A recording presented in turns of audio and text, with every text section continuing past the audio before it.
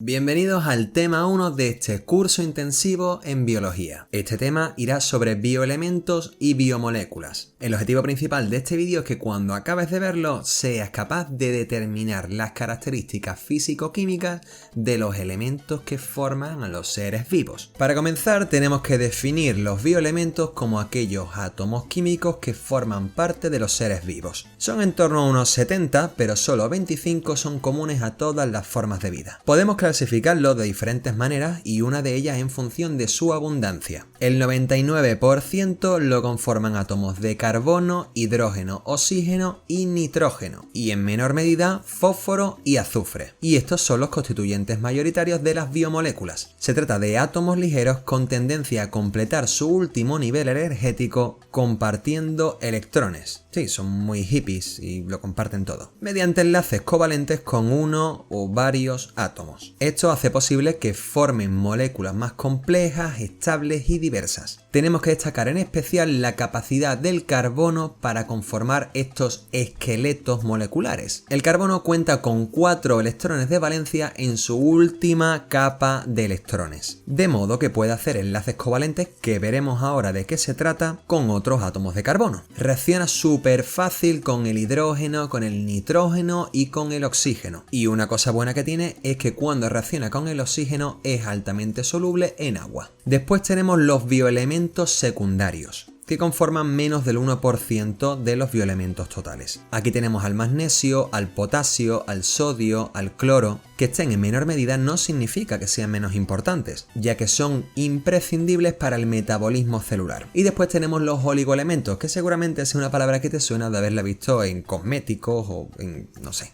productos en general. Y estos se encuentran en un porcentaje menor al 0,1%. Tenemos el hierro, el manganeso, el cobre, el zinc. Estos son fundamentales y el resto son considerados no esenciales para la vida. Otra clasificación de los bioelementos se basa en su función. Si hablamos de bioelementos estructurales, estamos hablando de carbono, hidrógeno, oxígeno, nitrógeno, fósforo y azufre. Si hablamos de una función catalítica específica, podemos mencionar al hierro, que transporta el oxígeno en sangre, el magnesio, que forma parte del centro activo de la clorofila, el cobalto, que es un componente de la vitamina B12, el yodo, que está en la tirosina, el calcio, que interviene en la señalización celular y en la coagulación de la sangre, el manganeso en la fotólisis del agua, el zinc como cofactor de ciertas enzimas. En fin, tienen funciones diversas en función del tipo de metabolismo del que estemos hablando. Y después tenemos los bioelementos relacionados con la osmosis, que veremos en más profundidad en el tema de las sales. Esta función la llevan a cabo los bioelementos en forma iónica, es decir, cuando están disueltos. Una cosita muy importante e interesante que tenemos que comentar es que el carbono tiene un némesis, y este es el silicio. Es un elemento químico que ha sido propuesto como alternativa al carbono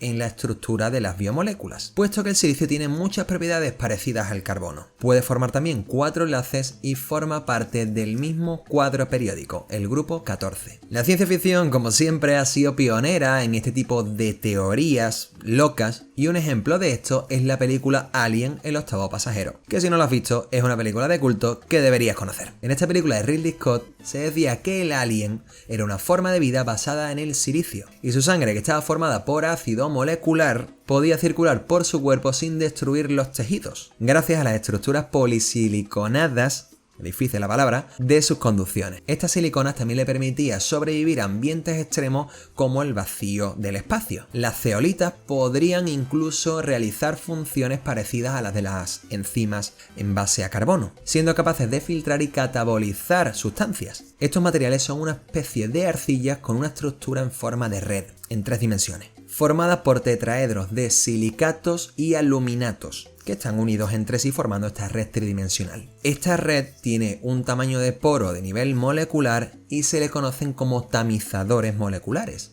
Y también tienen actividad química, tanto que se ha visto que tienen capacidad para emular la función de la hemoglobina, pero el silicio tiene una gran desventaja, que los átomos son en torno a un 50% más grandes y 2 veces más masivos que el carbono. Tienen una enorme dificultad para formar dobles y triples enlaces, que son fundamentales para los sistemas bioquímicos. Además, la química del silicio está dominada por el enlace silicio-oxígeno, que que son muy abundantes en la corteza terrestre. Y frente a la estabilidad del enlace carbono-carbono que hace estructuras largas y complejas, estos enlaces silicio-oxígeno no pueden formar estas cadenas, de modo que son más inestables y tienden a romperse. Otro de los obstáculos es que el dióxido de silicio es sólido y no es soluble a la temperatura a la que el agua es líquida, dificultando la entrada del silicio en aquellos sistemas bioquímicos en base a agua. Y el problema que conlleva esto es que en una respiración aerobia, es decir, dependiente del oxígeno, si una forma de vida se basase en el silicio,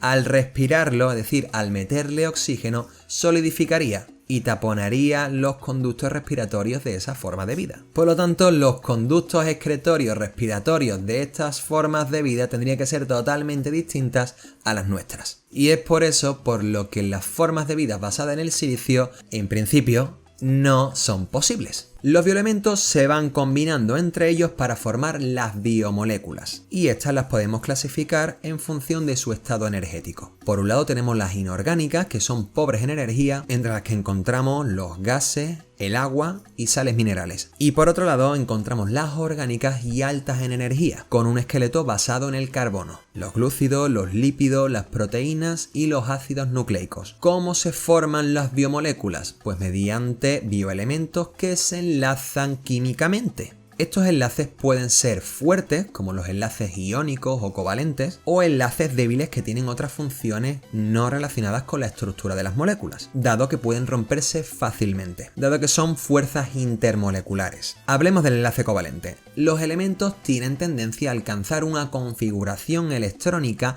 parecida a la de los gases nobles. Según la regla del octeto, los elementos tienden a ceder o captar electrones para alcanzar el número de 8 en su última capa energética. En el caso del hidrógeno, solo hacen falta 2 para parecerse a su gas noble preferido, que es el helio. El enlace covalente se da entre elementos con alta electronegatividad. ¿Y esto qué es? Pues la capacidad que tiene un elemento de tirar hacia sí de los electrones de otro átomo. Los átomos comparten pares de electrones de valencia, los de la última capa, para llenarla, lo cual atrae a los núcleos y quedan unidos los dos átomos. Y con unidos no me refiero a que los dos núcleos se unan. Si se unen los núcleos, explotaría todo. Cuando los átomos son iguales, hablamos de un enlace apolar, el cual puede ser simple, doble o triple en función del número de electrones que se compartan. Cuando los átomos son diferentes, los electrones no se comportan por igual, porque siempre va a haber un átomo más electronegativo que el otro y va a tirar más del electrón. De este modo, el átomo más electronegativo se cargará más negativamente.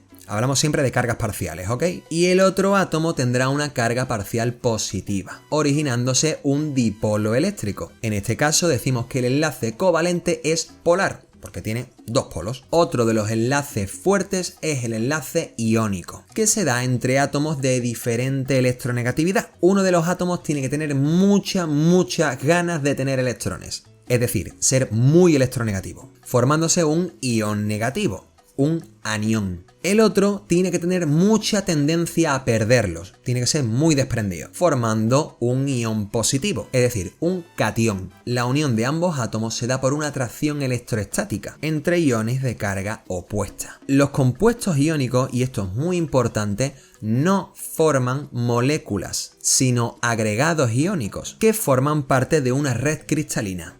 Piensa en la sal. En general, los compuestos iónicos forman redes cristalinas sólidas y los iones están organizados simétricamente y de manera ordenada. Un cristal de sal puede ser grande o pequeño, pero la relación entre sodio y cloro va a ser siempre la misma, 1 a 1. En el cuerpo, el tipo de enlace iónico se encuentra sobre todo en tejidos estructurales, como los huesos o los dientes, donde otorgan firmeza y solidez. Los compuestos iónicos que son capaces de romperse en aniones y cationes cuando están en solución se llaman electrolitos. Y estos son fundamentales en el cuerpo. La mayor parte de estos iones se encuentran en los fluidos corporales y son llamados así porque en solución son capaces de transmitir la corriente eléctrica. Vamos a pasar ahora a los enlaces débiles, las llamadas fuerzas intermoleculares. Son atracciones entre moléculas que no implican un cambio químico. y estas son las responsables de que no todas las sustancias químicas sean gases. Una de estas fuerzas intermoleculares son las fuerzas de Van der Waals, que pueden ser tanto atractivas como repulsivas. Pueden darse entre moléculas en sí o partes concretas de la molécula.